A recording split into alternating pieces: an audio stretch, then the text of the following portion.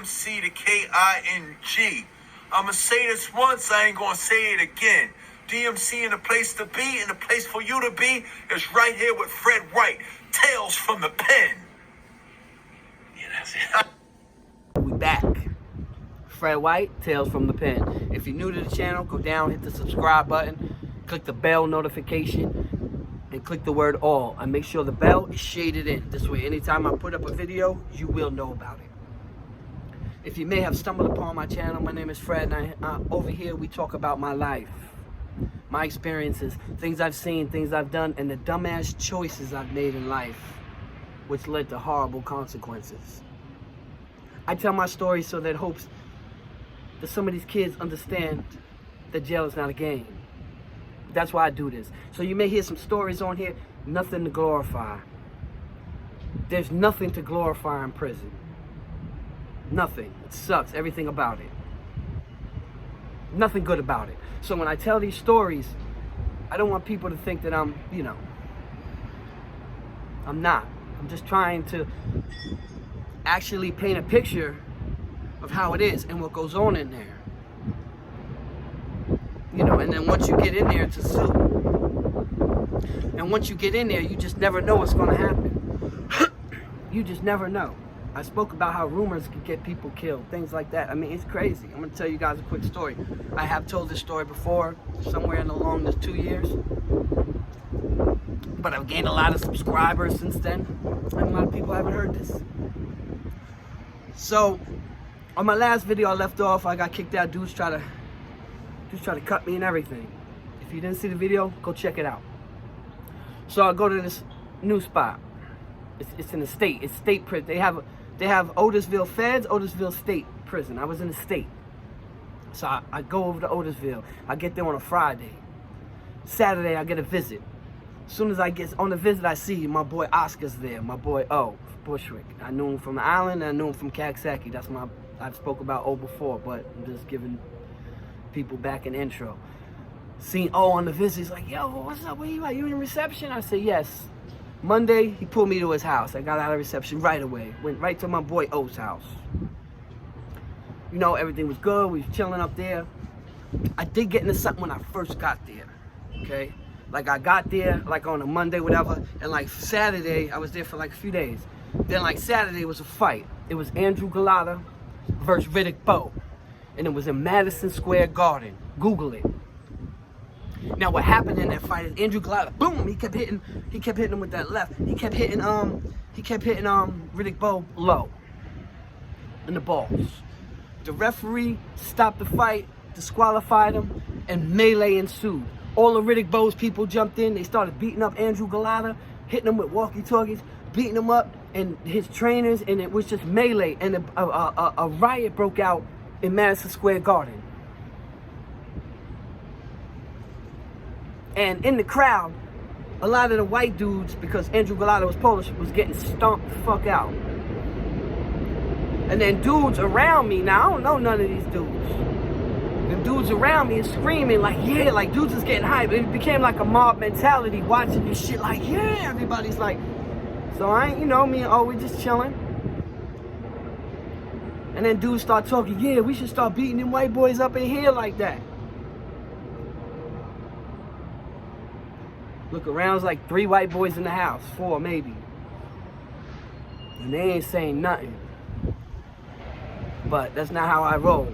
So when, dudes is in the back talking stupid, I jumped up, I said, man, y'all ain't doing shit. I see why your punk asses is in jail now with your dumbass mentalities. Or some shit, I said some crazy shit. I said some shit where everybody like stop watching the fight and everything. Like, what he said?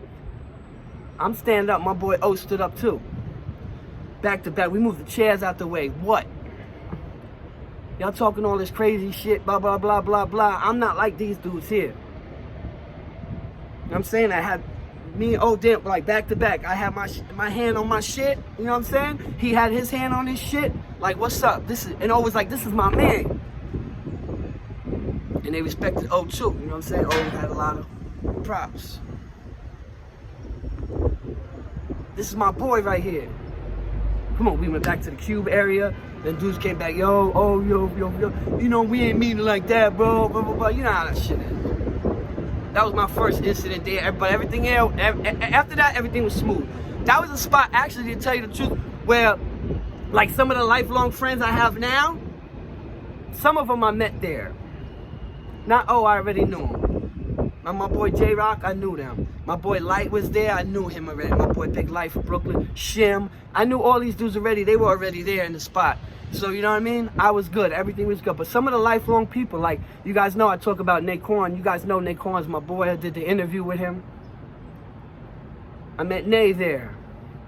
You know, my boy Ron Du was there. I knew him already from the 80s, from the island. Like, but dudes that I actually met there, Nay, my boy Tommy, my boy FTK. Like, these is guys that I met there.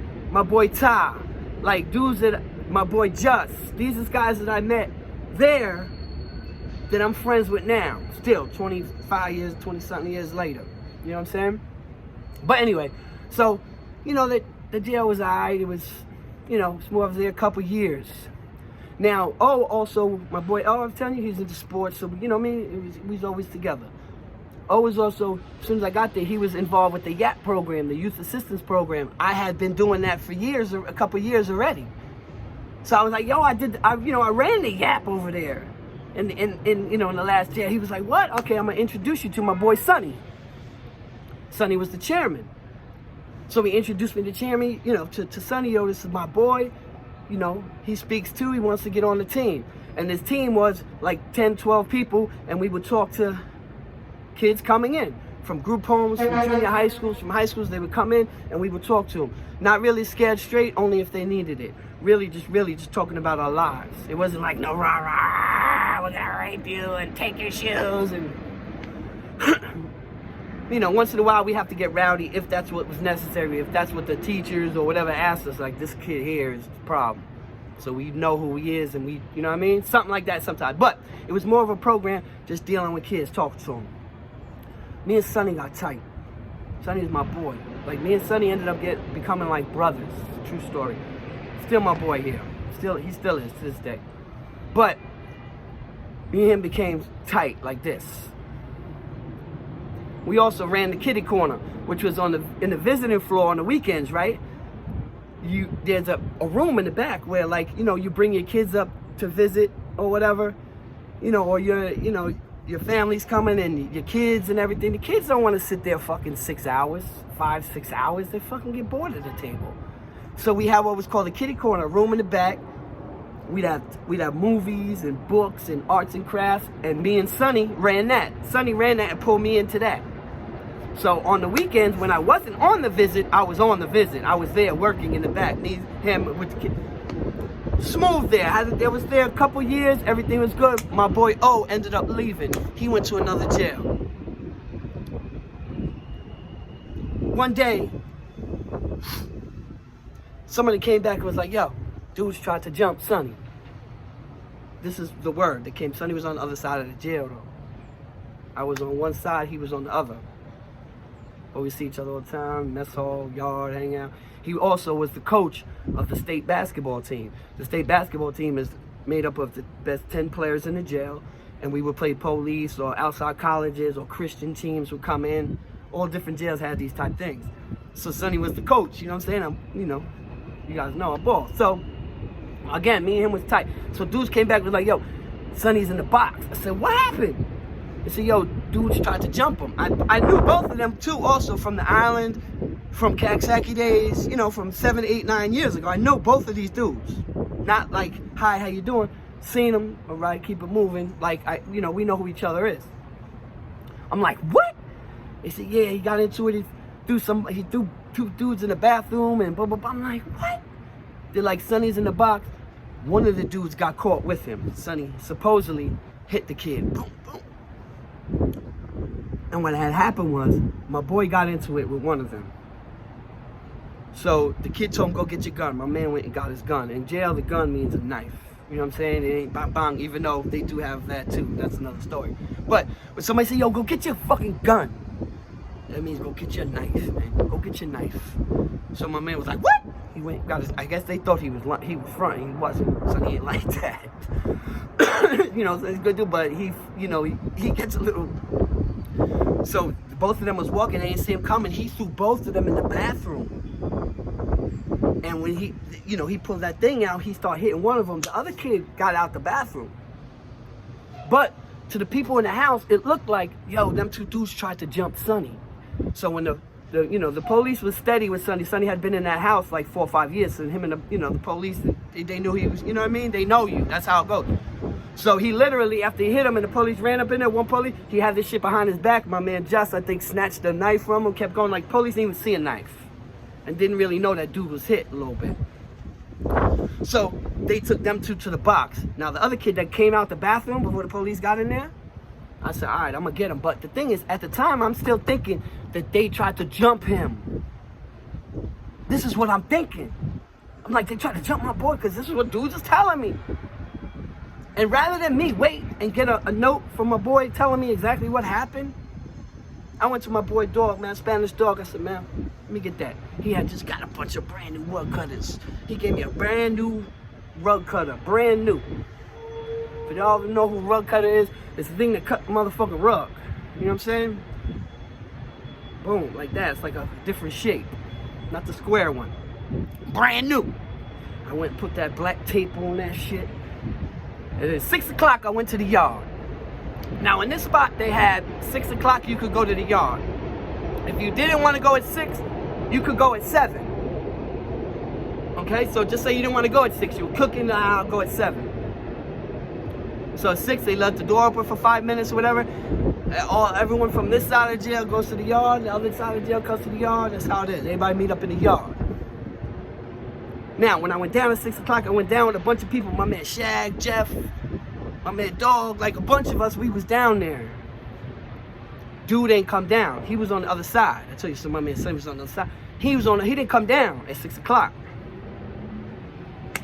So at 7 o'clock, they call early go back, which is at 7 o'clock, they say early go back in the yard. And anybody that wants to go back to their house and not spend 2 hours in the yard, they could go back at 7, the ones who came out at 6. Or you could stay there and go back at 8 o'clock with everybody else. But anyway, so at 7 o'clock, they call early go back. Everybody, most of my people left. I playing soccer. I went and played. I was with the Jamaicans. We had like a championship game. I play everything. I'm going to play soccer. So all my people leave and they go up on one side of the jail. And at 7 o'clock, you can also come out, like I said. So those guys are going out, some people coming down. They can't. Dude and his little people came down from the other side as my people are leaving. Boom, I seen dude in the way shot. I'm like, oh shit, son came out. Okay. I set it up. I have my man waiting there, Steve-O. Shout out to Steve-O. From uptown, I think he's Staten Island now. But I had it set up. I walked right up on dude, because I was already waiting for him, and he didn't come down. I was like, fuck. So when he came at 7, I waited on him. Went right in the weight pile. He was with like 6 dudes. I walked right up on him, right from behind. Whop. Now again, not glorification. This is the mentality, man. This is like mentality. I felt like I had to do it. If I don't do it, people will look at me funny. It's like a peer pressure type thing too, but this is my boy. So I got him. Whop. Hold that. As soon as I did it, shit splattered. The waist shack cleared out. All them 6, 7 people that was with him, they all ran. I was by myself on my mother's grave. I turned around, walked like 2, 3 steps, and I went to give the razor to my man. I said, yo, Steve, here. And he looked me dead in my face, and I could see a blank look in his eyes. He looked at me. He had a blank look. I said, Steve. I called him again, Steve. I said, oh, this motherfucker's in shock. He's in shock. He's in the blood. He's in shock. I'm calling him in his face. He's not answering me.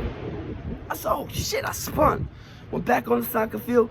Gave the razor to the goalie. You know what I'm saying? Went back on there. Blah, blah, blah.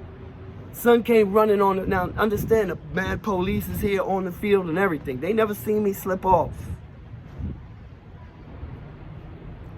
So I'm playing. I'm on it. Dude run on the field, bleeding, spurting. I'm not going right in front of the police. Like, police is behind him. Hey! I'm looking at him. I see him coming at me. I'm like, damn, this motherfucker blowing it up. You know, I get it, though. A lot of motherfuckers, well, I'm going to try to get mine, too, Fred. I get it. I can't knock him. You know what I'm saying? I get it. Some people just go hold it down. So now, if he would have just, so anyway, he came at me. So I'm backing up. I'm playing stupid. I'm like, yo, what's this dude do? He can't. I'm like, got him at arm's distance like this. Yo, what's this dude? Yo, what you doing? And as the police is running, but I'm whispering. I'm like, yo, why you blowing it up? You know what I'm saying? Like, I'm like, yo, what's this dude? Yo, why you blowing it up? Yo, don't blow it up. Whatever, man. So, snatch me up. Bam. Snatch him up. He, you know, I get the ticket to say, you know, in the ambulance, he on his deathbed. He was on his deathbed, supposedly. And he gave a confession that it was me. And I ended up going to the box, and when I saw my boy told me that's not what happened, man. I threw them both in the bathroom just because that was his man. But the one that I touched, he ran out the bathroom. I'm like, fuck. And the kid I touched, he get busy. He's not no sucker. I know him for a long time. Like, he bust his gun in the cat. You know what I mean? So, I'm like, damn. But still, it is what it is. It's too late. And the thing is that this jail was so small that the box where the solitary is, he was up in the front. I was in the back. He was as protective custody because there's no other cells. It was just like 10 or 12 cells in the box, period. That's it. So he was in the protective custody, but they would let him out. They had like a little day room and shit. This motherfucker used to come and bring me books. Yo, here, forever. Shit all fucked up. And I would look out and say, yo, man, I'll be honest. I told him, yo, man, I'm sorry, man. And plus, I'm trying to get out the shit. You know what I'm saying? So I'm thinking that he's not. This ticket say he told. I showed him. I'm like, yo, bro, this shit say, you know what I mean? He's like, nah, I'm going to take care of that. I'm like, all right, bet. So I'm trying to be cordial. I know he trying to be, but I also know that, you know what I'm saying? Whatever it is, what it is. So the crazy part is I went on a visit. And when I went on a visit, because they didn't want me in the main visiting floor, they set up like a little visit up there, kind of in this little room up there. It's like a little place where they kept them visits up there for the box. And it was a small room. But I literally, dude was out in the day room. I literally was 3 feet from him. I walked right past him. Police was next to me, but he's right there. And I'm like, damn, you know what I'm saying? I'm waiting for him to pop though. You know what I'm saying? I have a pencil. I had a pencil. I'm waiting for him I'm ready for him to pop, and he didn't. So I went on the visit, blah, blah, blah. I made my mom give me salt. That was that was our thing with the salt. You know what I'm saying? They didn't want to even search me. It was just me and her. Like, it wasn't like a visiting room type thing. But I'm like, yo, give me that salt. So when she left, I walked right past him again. You know what I'm saying? I'm ready though. You know what I mean? For me, I'm not gonna pop on him, because I'm up 1-0. And if I do that, then it's just then they're gonna know I definitely did this. So I just played stupid. But you know, I was ready for him. But he didn't jump. He had 2 chances to get me or to attack me. He wasn't, you know what I'm saying? He wasn't gonna get me. He had 2 chances to actually attempt to do something. He didn't. And he went to the tier hearing, and when they said, was it inmate Johnson? He said, I'm not sure. He said, but I did see a white hand come across my face. But was it him? I don't know if it was him. I just know it was a white hand. I'm not really sure. I can't say if it was or wasn't. Rather than just saying, no, it wasn't him, I definitely got the mistaken. I definitely mistaken. Because he's not in trouble. He's going to get kicked out the jail regardless. He doesn't have, that's all he had to say was definitely, no, it was not him. He was like, I don't know. I have the tape. I don't know, maybe, I'm not sure, but I definitely saw a white hand. So they convicted me because they assumed that white hand was me. It was me, but they tried to give me a new charge. The police came in that night, they cuffed me, they took me up front. Same night, I walked in the room, I'll never forget it. 2 police there, 2 clean-cut white guys. And they had a pad in the front, and they had my name, and they had attempted murder. Big letters. Like, you know, the little notepad, the pad you wrote in high school? They took up 3 lines for my name and 4 lines for the attempted murder. You know what I'm saying? They wanted me to see that when I walked in.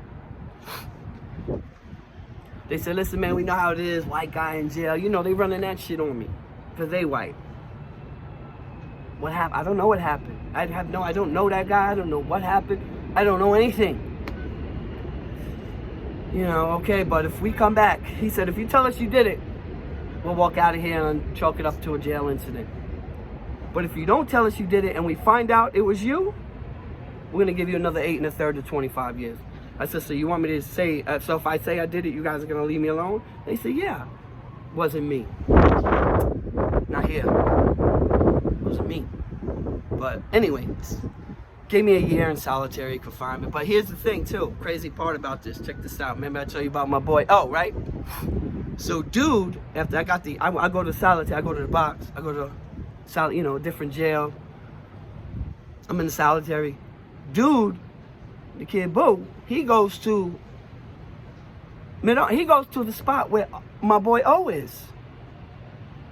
He goes to the spot where my brother is.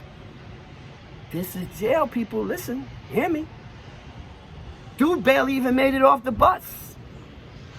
All I'm gonna say, and he got busted in his head with a rock. My boy O bust this dude he told me kind of the story. He said I caught him coming out to school. He had just got there like not even a day or so, and he said he caught him coming out to schoolhouse. Bam! He bashed dude's face with a rock. Am I saying this right or wrong? No, I'm not saying this right. I'm not saying that. But in jail, that's how it goes. That's how it goes. Even you might go to another jail and think everything's good. No, a brother, a cousin, somebody's there. So that's why when you do dirt in another jail, and you think you slick and you do shit and then go to another jail, there's people there. And then people follow you. And you may be there a month or two before motherfuckers start coming from that jail and be like, oh, that's that motherfucker that told on everybody. He told on everybody in the last. You understand? It follows you. So when you do bad, crooked, dumb shit, that shit follows you. That's how it goes. Now, I'm not saying dude got what he deserved. I'm not saying that. I understand that. I understand I was wrong. Look at me. I'm telling you this. I know I was wrong. But in that environment, I was right. In that environment, what was told to me, dudes try to jump my man, and this guy's here. Now, you got to understand the mentality now, people, as well. The whole jail, everyone looks at stuff like that. Like, damn, them dudes did something to your man, you ain't do shit. Pussy. That's how it goes. Again, am I saying this right? No, but in that environment, that's the way it is. I'm not out here glorifying this shit. I'm not here to talk about how gangsta I wasn't gangsta. I always stayed in my lane, just like you hear in this YouTube streets. I don't get involved with other people's shit. Y'all don't hear me talking about shit. I stay in my lane, same thing in there. I stay in my lane, you know what I'm saying? But you violate, that's the way it goes. You have to do stuff, man. You understand? You hear me, kids? You hear me? You listening? I'm just telling you about a place where I was in where rumor can get you killed. On the tape, clearly, Lieutenant tells me you were 1/8 of an inch. 1/8 of an inch from his jugular vein. Almost called a homicide. And that's how homicides happen. They happen all the time, just like that. Somebody get cut in their jugular, the hospital's not down the block. You'll be dead by the time, man, you bleeding out, man. Not rushing you to no hospital and all that. They gonna take their time. They gonna take their time. But this is why I do this, man. I need people to understand. I need people to understand the mentality. I need people to understand these kids especially. Jail is not a game. There's nothing proper about it. Stop listening to these people who got you running in the street, because it bothers the fuck out of me. When I see 13-year-olds shooting guns, who the fuck gave that kid that gun, man? And whoever did give that gun, who told him that was a good idea? That's not your friend. Let me tell you guys something. If they're your people, if they're your friends, they're not going to tell you the wrong thing to do.